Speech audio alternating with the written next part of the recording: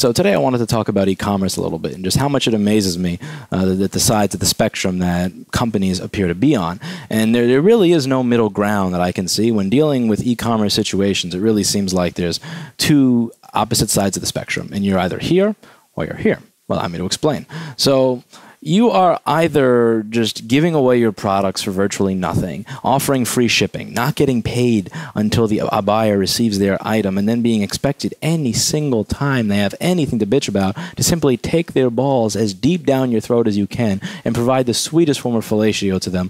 Otherwise, you have your ability to receive credit card payments revoked from your merchant services provider. Or you just don't give two shits of a fuck because it's an internet sale and not an in-person sale, so you can just get away with murder and do whatever you want and nobody cares. And I don't really see the middle ground. Again, it's either one or the other. And my experience about a week ago really kind of reminded me of this. So people have asked me, I know you don't like eBay. How about Amazon? Why don't you sell on Amazon? I used to sell on Amazon. Let me go over a little bit of how that worked. So there's one guy who lives in California, buys a screen on Wednesday, right? He buys the screen on Wednesday night. It ships Thursday morning. On Saturday, he wants to know where his screen is. Where is my screen? I've uploaded tracking information that says that it will arrive Monday, but clearly he's too dumb to read that. So he... Now, usually I answer the emails on the weekend, but this is the 1 week of the year in about 2012 or 2013 that I decided, you know what? I like to have a regular 5-day work week like the rest of the world. I'm not going to answer the emails on the weekend. I will answer them when I get to work at 7:30 on Monday. So he's really, really angry. So on Saturday night, he files an A to Z claim, and then he decides to escalate it. On Sunday, I'm still not reading emails. On Sunday, they decide, you know what, sir? You're correct. You should receive a full refund for the item that you did not receive. He used free shipping. He's in California. I'm in New York. You are 3,000 miles away. And this product, the tracking is uploaded. It's supposed to get to you. And just again, not only did he get his full refund, but that was actually, I think, 1 or 2 or 3 A to Z claims that were like that in a short time period. So Amazon decided to delete my seller account. So what Amazon did is they decided to hold my money for about 6 or 7 months. And it wasn't a lot. It was like maybe well, it couldn't have been more than $1,000 or $2,000. I wasn't selling a lot on Amazon at the time. They hold that $2,000 just because I shipped the item in a manner in which it will arrive in 2.5 business days to somebody who paid for free shipping across the country and did not reply to their bitching, whiny comment on a weekend. Like, that is the other spectrum for e-commerce, where again, the only thing that works is to just have that laptop in front of me, whether it's 3 in the afternoon or 3 in the morning, doesn't matter if it's a business day or not, and just answer every single comment and suck and give them the best fellatio of their life, or else you're screwed. On the other side of it is the experience I had last week. So for this soldering course, you know, if you look at those pictures, there's a lot of money invested in Hakko stations on there. Good amount. And I figure, you know, this is a good time to get my Hakko fix. So I've been bitching about the fact that my hot air station hasn't been working the way it used to, and I get myself a new heating element. It's working even worse than it used to. A good amount of that is actually... And that hot air element is just not working the way it was working even worse than the one that was originally in there. It was turning itself off all the time. It wasn't getting hot. So I said, you know what, this is a great time to send it to Hakko because I'm not going to be here. I can't work anyway. Let me send it to them. I express mail to them. I send them a letter saying, I know that this thing has been abused and beaten over its last 3 years of its life. Please just do what you have to do to fix it. I will pay for it. Use the fastest shipping possible. Charge me whatever you want. Just get it done. And they sent me an estimate. I'm reading this estimate. It actually makes me laugh. Let me just go over it to show you why this estimate kind of made me laugh. And Gesso is also laughing a lot at this as well. So keep in mind, what I did was I decided to replace the heating element because it wasn't heating. The heat was going off. It's a 3-year-old heating element. When I took it out, it looked like crap. Here's what they say. Upon inspection, our technician found the following. Received station with handle holder and 8th 1130 nozzle. Upon inspection, found the handle physically damaged and broken and improperly assembled, causing damage to the heater pipe. Guess who improperly assembled it? Mica pipe is deteriorated with the glass pipe broken. Nozzle is used and the jet damage bent. Recommend replacement. Heating element has minimal usage and is within resistance value of a working heater. No replacement needed. So handle mica, glass, nozzle, and heater pipe will be quoted. So pretty much, like, what I wanted to replace was actually the only fucking thing on there that actually already worked. It was the entire rest of the station that was screwed. So we kind of found that funny, especially the improperly assembled part. Anyway, so I send it back. And anyway, so I send this thing back, and they send me the estimate, and I say, go ahead and fix it, and do me a favor and bill me for the fastest shipping that you have to get it back to me. Now here's the part where the opposite end of the spectrum comes in. So I sent this to you express mail. I'm not saying that I expect you to express it to me back for free because I sent it to you express, but I sent this to you express mail. Then I said, charge me whatever it is that you need to charge me to get this back here as quickly as possible. If overnight is needed or whatever it is, charge me whatever. You would think at that point that you would just common sense would dictate that if a part were back ordered until July 10th, and I'm asking you about this in the middle of June, that you might want to tell me that. But you didn't until we called over and over again and asked about it. And it's, oh, yeah, the thing that we need to fix your product is on back order until July 10th. And I said, all right. And then Steve walks back here with another pile of crap for me to fix. And I say, well, there's not much I can do until July 10th because I don't have a tool. And he just stares at me. And he asked me why, and he asked me about the conversation, and he asked what happened, and he's like, give me their phone number. Oh, and by the way, to add insult to injury, to add like the kick in the balls in that got Steve to just go from walking away to saying, give me the number so I can deal with them, was after they told me, oh yeah, I know that you asked for overnight shipping, but that part's not going to be in until July 10th, and we just didn't feel like telling you that until you called us multiple times to ask about it after we ignored your email asking for information on shipping, which they did. They totally ignored any email I sent them on shipping. Not a, we won't be shipping it out until we get the part. Not, we're waiting on the part. Silence! What they said is, oh, well, that's old. Since that station is older, it's going to be harder to service it and to get parts for it in the future. Maybe you want to look into buying our FR810. Would you like a brochure for our FR810? And I go, how much is it? And they go, $750. And I'm like, fuck you! I want you to fix my old one. If you cannot fix my old one, I want you to tell me that you can't fix my old one instead of ignoring me so that I get screwed and, no tool to use for several weeks. But again, if I tell somebody, hey, we can fix this laptop, and they look at me and they go, okay, but I really need it fast, and then I ignore them.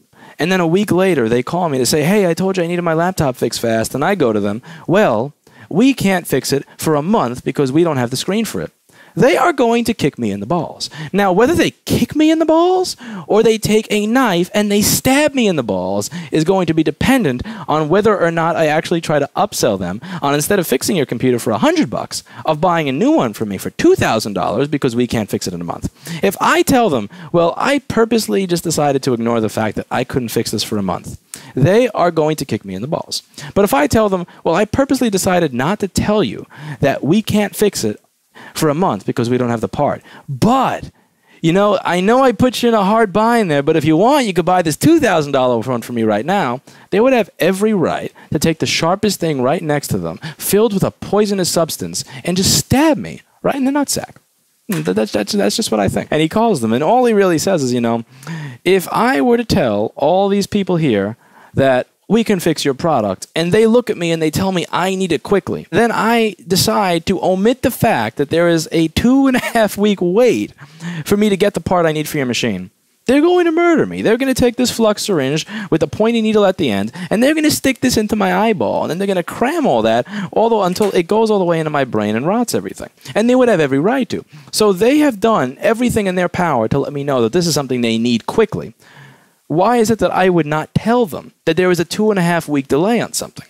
And that's really what it is. It's like you don't have to care because you're not in that whole eBay, Amazon bullshit of where if you don't answer that customer at 3 a.m. when it's not a business day, that you're getting your account deleted. They don't have to give a fuck. They don't have to give a shit because that is traditional e-commerce. And a lot of companies that sell industrial machinery or tools and stuff like that, they're stuck in that whole 1990s, early 2000s e-commerce before it became commonplace that you need to suck the dick of all of your customers and lick their asshole in order to stay in business. And and really it is what it, I had a great appreciation for the customer service that we offer that week, because again, if somebody told me I need this thing as quickly as possible, I would tell them, oh, well, we're not getting that thing that you need to make this work as quickly as possible up until 2.5 weeks.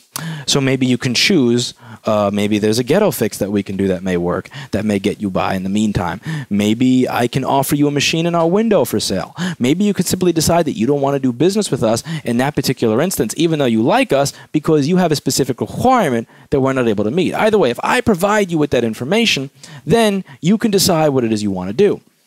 Now, if I had known when I was sitting back in Jess's class before I came back here that that shit was going to be there until July 10th, maybe, just maybe, I would have asked them, okay, do you have a used station available? I would have asked my friends, hey, can I borrow this? I would have bought another one with next day shipping from a vendor that actually knows that when I say next day shipping, that means I don't want it a month from now.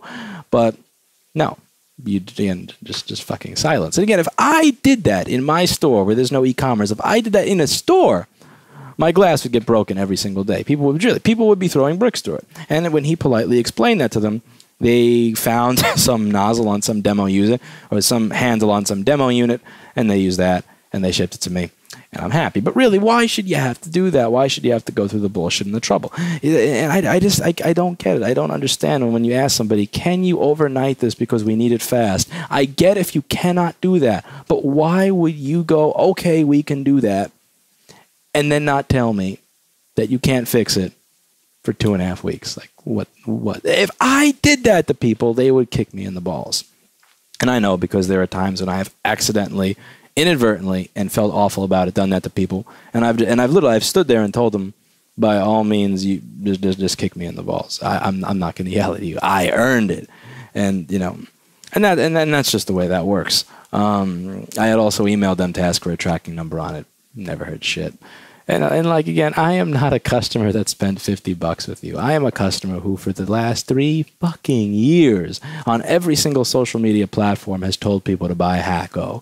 On Tape-Op in 2007, I'm making posts telling people to buy Hakko. On YouTube, I'm showing you how to use the Hakko gear, why to use the Hakko gear, that the Hakko gear is better. The only thing I have not said good about Hakko is that their FM 206 station sucks in comparison to another Hakko that works very well, because the FR801 has great hot air, and the FM 206 with the FM 2029 is pretty much as useless as me blowing with a lighter in front of my mouth. And not to mention that we are doing a course with a room that is filled with at least $10,000 worth of Hakko product that students are then going to like. And they're going to like that Hakko product and go, I worked on that Hakko product. When I go home, they go and buy that Hakko product because we spent that $10,000 on the Hakko product to use it. You'd think that they may be a little bit nicer. But no. So here's what I decided, and this is the other part about e-commerce that just kind of makes me laugh. So after this, I'm deciding, you know what, let me just see if there's something I can buy with overnight shipping so that Steve does not get his balls cut off by all the customers. So at this point, I'm thinking to myself, let me see if there's another station I can buy with overnight shipping so that Steve does not get his balls cut off by all these customers. So I go searching, and I found this Weller WSA, I think it's WSA 900 or something like that. I got the name of it wrong, so let's see. It is WHA 900, Weller WHA 900. And here's where the e-commerce shit comes in, like the old school e-commerce with the sellers that are used to being able to do whatever they want. And again, it's not because they're mean. It's not because they're trying to be mean. That's what I want to get across. It's just a difference in culture and a difference in expectations. So this here is available to buy. This is a Weller WHA 900 station, and this is actually available with Amazon Prime. And when I saw this, I nearly came my pants. Not only is this a station at a reasonable price, available from a good vendor and a reputable online store. So this is being sold by Apex Tool Group, which is the company that owns Weller. It's on Amazon. I trust Amazon more than I trust a website I don't know. Yes, I can get the free 2-day shipping with Amazon Prime. In fact, that they even have Amazon Primes mean it will ship fast, but this station does not come with a nozzle. And if you want the nozzle for the station, you got to buy the nozzle from a different seller, even though it's by Apex Tool Group, and that is not going to be delivered until July 9th. So I buy the station with the next day shipping. It arrives tomorrow. But I can't start soldering until next fucking week because you don't have a single vendor that sells that nozzle. Or if I wanted to give you $100 or $200 or $1,000 to overnight that nozzle, that I could do it. Why? What the fuck? It's just, and Steve and I just had a really good laugh over all this. The ultimate laugh here is that I thought I had 3 hot air stations, and I actually have 1. So I have a 220 volt Hakko FR801 that used to sit on that table that my friend borrowed and actually has in his garage. And since he has been busy working 16-hour work weeks, he has not had time to even come see me for lunch in a month, much less drive home to bring me a station. I had an FR801. That was the one on the desk that I was always using. And I had, I think, an 851 or a 951 that I overestimated its ability to remove QFN packages. That thing is just as bad as that FM206 2029 combination that I reviewed before. But yeah, that's the thing with e-commerce. Again, it's like there are 2 sides. There are 2 sides, and you are able to simply say whatever you want, treat people however you want, do whatever you want, charge back whoever you want, and get away with it as a customer, or you have no rights, nobody gives a crap about you, you get treated like shit. And it's just interesting seeing the 2 different sides of it. And that's why I'm personally, in 2015, I have no interest in getting into e-commerce ever again. I really don't have interest in selling parts online. I sell repair services online, but I sell them the way I sell them. I want to treat you as well as humanly possible, but within reason. I'm not about to start blowing you and giving you things for free because you feel like this should have been done at 3 p.m. that day, not 3:30 p.m. that day, you understand? And that's really like that middle ground is where if it were possible to start an online store today and sell stuff in that middle ground, I'd be very happy. Again, I'm not a fan of that side. I'm not a fan of that side where you're telling people, oh, yeah, I know you want it tomorrow, but I'm going to withhold the information that we're not going to be able to ship that thing for like 3 weeks. And I'm not really a fan of that whole other side of it, where the customer's just sheer spoiled entitlement is such that I want to just throw up in my mouth when I read the emails. And that's about that. But yeah, it is nice to have a good Hakko back. I can say whatever I want, but when I use another station and then I go and use my FR801, I love my FR801.